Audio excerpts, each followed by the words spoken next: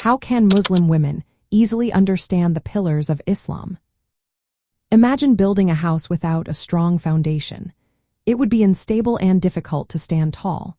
The same goes for faith. The 5 pillars of Islam are like the main beams that keep a Muslim's spiritual house steady and secure. If Muslim women learn about each pillar step by step, they can understand their meaning, purpose, and how to apply them in daily life. This makes faith more relatable and easier to practice. The first pillar is Shahada, which is the declaration of faith. It is saying, "There is no God but Allah, and Muhammad is the messenger of Allah." This simple statement confirms belief in one God and the Prophet's role. For women, understanding Shahada helps recognize their identity as believers and strengthens their connection to Allah.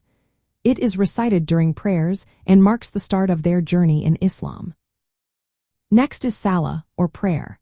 Muslims pray 5 times a day at specific times: dawn, midday, mid-afternoon, sunset, and night.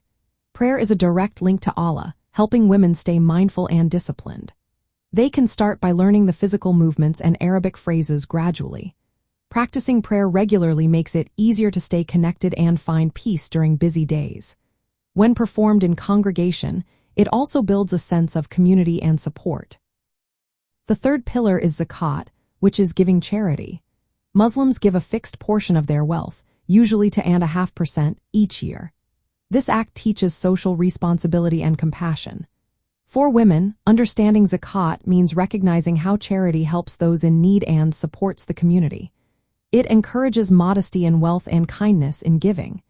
It can be as simple as donating to local charities or helping family members.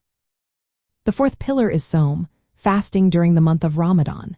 Fasting from dawn to sunset is a spiritual practice that develops self-control and empathy. Women can see fasting as a time for reflection, prayer, and family bonding. It teaches patience and gratitude, which are important in raising children and personal growth.